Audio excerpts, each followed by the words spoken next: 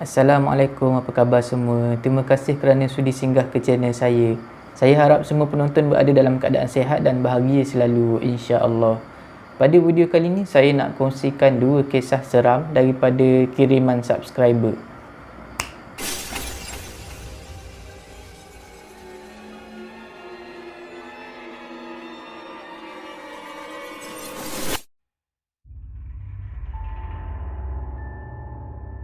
Dalam kisah pertama ni, pengirim email ni minta saya gunakan nama samaran Irma untuk penceritaan kisah ni. Irma, suami dia dan juga dua orang anak lelaki tinggal di Perak. Dia orang dah lama lah tinggal di Perak. Sebab suami Irma bekerja dekat sana. Tapi dia orang ni bukan orang Perak. Dia orang ni orang Kelantan, asal Kelantan. Mak ayah Irma memang dah lama meninggal lah. Jadi kalau balik ke Kelantan, memang Irma akan pergi ke rumah mentua dia. Mak ayah suami lah. Katanya Irma, dekat rumah mak mentua dia ni memang dah banyak dia terkena gangguan. Tapi yang nak diceritakan untuk video kali ni adalah gangguan yang paling teruk.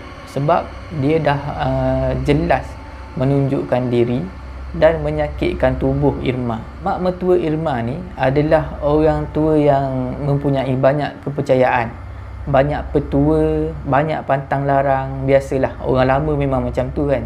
Dan salah satu kepercayaan mak mertua Irma ni adalah berkaitan dengan tali pusat. Mengikut mak mertua Irma ni, kalau tak nak anak-anak tu nakal dan degil, tali pusat anak tu hendaklah disimpan. Mak dan ayah patut simpan tali pusat tu. Dan kalau anak-anak tu ramai, semua tali pusat tu perlu dikumpul dan disimpan sekali lah. Tak tahulah diikat ke macam mana, tapi disimpan sekali. Mungkin dikumpulkan dalam satu bekas ke, mungkin macam tu. Jadi mengikut kepercayaan mak mertua Irma ni, apabila semua tali pusat tu dah dikumpul dan disimpan sekali dalam satu bekas ataupun diikat ke macam mana, tak tahu, tak pasti, barulah anak-anak tu akan tak nakal, tak bergaduh. Irma boleh tahu pasal benda ni sebab ada satu hari tu Irma dengan suami dia balik ke kampung, ke rumah mak mertua Irma lah. Bawa anak-anak sekali. Dan anak-anak Irma ni bergaduh masa tu depan mak mertua Irma, depan nenek dia orang lah. Masa tu lah mak mertua Irma ni tanya Irma, dulu masa kamu lepas beranak tu, simpan tak tali pusat budak-budak ni? Lepas tu Irma bagi tahulah mak dia, takkan nak simpan mak, mestilah kita tanam. Lepas tu mak mentua Irma bagi tahu, patutlah dia orang ni nakal sangat, kuat bergaduh. Jadi start pada itulah Irma ni tahu pasal kepercayaan mak mentua dia ni. Sebab mak mentua dia ni bagi tahu, cerita dekat Irma macam mana kepercayaan dia tu. Lepas tu lepas mak mentua dia tu bagi tahu pasal kepercayaan tu lah, Irma ni mula terfikir, jangan-jangan mak mertua dia ni masih lagi simpan tali pusat anak-anak dia. Sedangkan anak-anak dia semua dah tua, dah ada anak sendiri. Jadi boleh bayang tak berapa lama mak Irma ni simpan tali pusat anak-anak dia.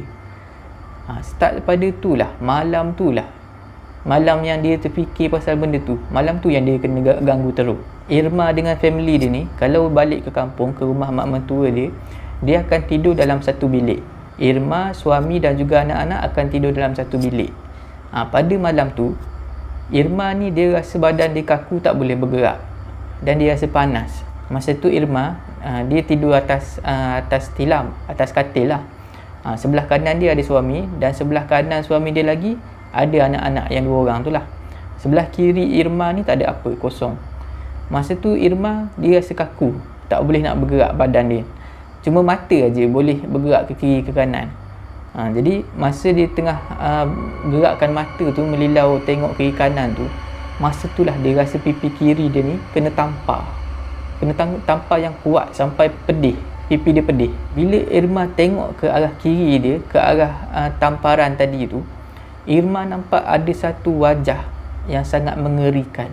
Wajah tu dia ada gigi yang tajam, dan wajah tu tengah tersenyum dekat dia, sampai nampak semua gigi yang tajam tu.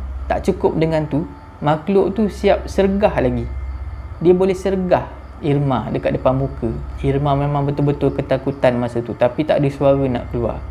Suami dia dengan anak-anak dia lena tidur. Masa tu badan Irma memang dah panas, berpeluh-peluh. Irma dikumpulkan kekuatan dia, kumpulkan tenaga dia, kemudian berjayalah disebut nama Allah. Bila disebut nama Allah tu, makhluk tu terus hilang. Lepas lembaga tu hilang, barulah badan Irma ni beransur-ansur boleh bergerak, dan mulut dia dah boleh mengeluarkan suara dan boleh menyebut perkataan lain. Jadi Irma ni, dia nak kejutkan suami dia, makhluk tu dah hilang. Nanti kesian pula bangun tidur kan. Jadi dia tak kejutkan lah, cuma dia beristighfar saja sampailah dia tertidur. Sebenarnya tu bukanlah gangguan pertama kali yang dia kena di rumah mertua dia. Memang dah banyak kali. Antaranya, Irma pernah tengok ada kanak-kanak berlari. Kanak-kanak yang berlari tu memang bukan anak-anak dia lah. Boleh jadi yang dia nampak tu kanak-kanak perempuan, sebab anak dia 2 orang tu semua lelaki. Ada juga kadang-kadang Irma ni, dia rasa macam diekori. Dia rasa macam ada orang berdiri belakang dia. Macam itulah gangguan yang dia selalu kena. Tapi yang diceritakan ni memang yang paling teruk, sebab sampai boleh tampak Irma sampai pedih pipi dia. Dan benda tu tunjukkan rupa dia yang jelas, sampai nampak gigi-gigi semua. Jadi Irma terfikir, adakah dia diganggu begitu teruk sebab dia bersangka mak mertua dia masih lagi simpan tali pusat anak-anak dia. Sebab dia diganggu lepas dia terdetik dalam hati perkara macam tu, lepas dia terfikir macam tu. Jadi mungkin ada kaitan lembaga tu dengan tali pusat yang disimpan, yang mungkin masih disimpan oleh mak mertua dia.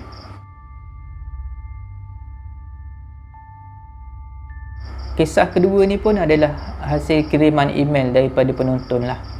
Dan yang emailkan kisah ni adalah seorang isteri kepada seorang anggota polis. Dan kisah ni dialami oleh suami dia lah, anggota polis tu. Saya akan gunakan nama samaran Rashid untuk mudahkan penceritaan. Masa kejadian ni berlaku, Rashid baru lepas habis latihan di pusat latihan polis ataupun Pulapol. Lepas tu dah habis latihan di Pulapol, Rashid diarahkan untuk melapor diri di Terengganu untuk memulakan tugas. Jadi Rashid dan juga beberapa orang kawan dia, kita anggap 3 orang lah kawan dia. Jadi dia orang berempat lah, perlu beli tiket untuk ke Terengganu. Tapi malangnya, daripada tempat terminal di Pulapol tu, berhampiran dengan Pulapol tu, tak ada tiket direct sampai ke Terengganu. Sebab semua dah habis. Yang ada yang paling hampir adalah ke Kelantan saja. Dan daripada Kelantan tu baru dia orang perlu cari tiket lain untuk ke Terengganu. Maknanya kena naik 2 kali lah bas. Jadi disebabkan tak ada pilihan, dia orang terpaksalah beli tiket ke Kelantan. Dia orang pun naiklah bas, sampailah ke Kelantan. Bila dah sampai di Kelantan, di terminal bas tu, dia orang carilah tiket ke Terengganu. Tapi sekali lagi nasib dia orang ni kurang baik, sebab semua bas ke Terengganu dah pun bergerak. Yang ada pagi esok. Jadi dia orang perlulah bermalam dekat situ. Jadi dia orang carilah hotel murah yang hampir dengan terminal tu. Cari, jumpalah satu hotel murah. Jadi dia orang pun check in lah hotel. Yang mana nak share bilik, yang mana nak duduk bilik single, duduk bilik single. Yang Rashid ni dia pilih untuk duduk bilik single. Bila dah masuk bilik masing-masing, dia orang macam biasalah mandi, lepas tu solat, lepas tu dia orang turun sama-sama dan pergi makan di kedai. Bila dah siap makan malam dekat kedai tu, dia orang naik balik dekat bilik masing-masing. Bila dah masuk dalam bilik tu, memang dah nak tidur lah. Rashid dia buka lampu tandas. Dia buka lampu tandas je, lampu lain semua dia tutup. Dia dah nak tidur lah, dia pasang aircon semua. Dan dia pun naiklah ke katil nak tidur. Masa dia nak tidur tu, tiba-tiba lampu tandas tu terpadam dan aircon juga terpadam. Jadi Rashid ni fikir mungkin black out, mungkin tak ada bekalan elektrik. Jadi dia pun bukalah pintu bilik tu dan dia tengoklah di koridor luar. Dia tengok di koridor luar semuanya menyala, lampu semuanya menyala. Maknanya memang tak ada black out lah. Dia pun pergilah ke bilik kawan-kawan dia yang lain. Semuanya ada bekalan elektrik. Jadi dia kembalilah ke bilik dia ni. Bila Rashid tengok, bila dia masuk bilik dia tu, dekat atas lantai ada kad hotel. Kad hotel tu biasa kita letak dekat slot dekat tepi pintu tu. Kalau kita letak api menyala, ada bekalan elektrik lah maknanya. Kad tu ada dekat atas lantai. Seolah-olah macam ada orang ambil daripada slot tu dan buang ke lantai. Jadi Rashid masa tu dia malas nak fikir panjang. Mungkin dia tak ingat letak kat situ ke apa. Dia ambil balik dan dia letak balik dekat slot kad tu lah. Dan lampu pun kembali menyala, lampu tandas kembali menyala dan aircon pun kembali berfungsi macam biasa. Jadi bila semua dah elok tu, lampu tandas dah menyala, aircon pun dah hidup, Rashid pun pergilah naik atas katil dia dan cuba tidur lah. Masa dia nak tidur tu lah, baru dia nak terlelap tu, dia perasan ada satu bayang hitam ni datang menghampiri dia dan seolah-olah nak cekik dia. Sebab bayang hitam tu datang dalam keadaan macam ni, macam tu, macam nak cekik dia. Tapi kalau macam saya ni, kalau kena macam tu, nampak ada lembaga hitam entah daripada mana tu, memang dah menggelabah dah. Tapi Rashid ni dia bukan orang biasa macam saya ni. Dia ni berani, dia tenang. Daripada baring, dia duduk atas tilam tu. Dia duduk dan dia baca Ayatul Kursi dengan tenangnya. Lepas saja dia baca Ayatul Kursi tu, makhluk tu hilang macam tu je. Lepas tu barulah dia baring balik. Dia baring, masa tu posisi dia mengiring. Dia mengiring, jadi macam ni, mengiring. Jadi belah ni kosong lah. Belakang badan dia tu kosong.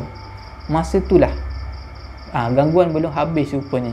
Lepas lembaga hitam tu hilang, ada gangguan lain pula. Dia rasa dekat tempat ruang kosong atas tilam dia tu, seolah-olah macam ada orang baring. Dia rasa melendut ke bawah macam tu, tilam dia tu. Lepas tu tahu tak apa yang Rashid ni bagi tahu? Rashid ni bagi tahu, kau nak tidur kat situ, kau tidur. Kau jangan ganggu aku letih. Itulah Rashid cakap macam tu lah. Dan memang betul, dah tak ada gangguan dah. Rashid pun tidur macam biasa je. Memang power lah Rashid ni. Keesokan paginya Rashid bangun macam biasa, mandi dan bersiap untuk pergi ke terminal balik dan sambung perjalanan dia, naik bas pergi ke Terengganu. Setakat tu sajalah video saya pada kali ini. Saya harap semua penonton terhibur. Jika anda suka dengan video saya, jangan lupa like, share dan komen video saya. Jangan lupa subscribe dan juga tekan butang loceng untuk dapatkan notifikasi video saya yang seterusnya. Bagi penonton yang nak kongsi kisah seram, boleh hantar ke alamat email yang tertera dekat bawah. Janganlah kita takut kepada makhluk, tetapi takutlah kepada pencipta sekalian makhluk. Semoga kita bertemu lagi di video saya yang seterusnya, insya-Allah. Assalamualaikum.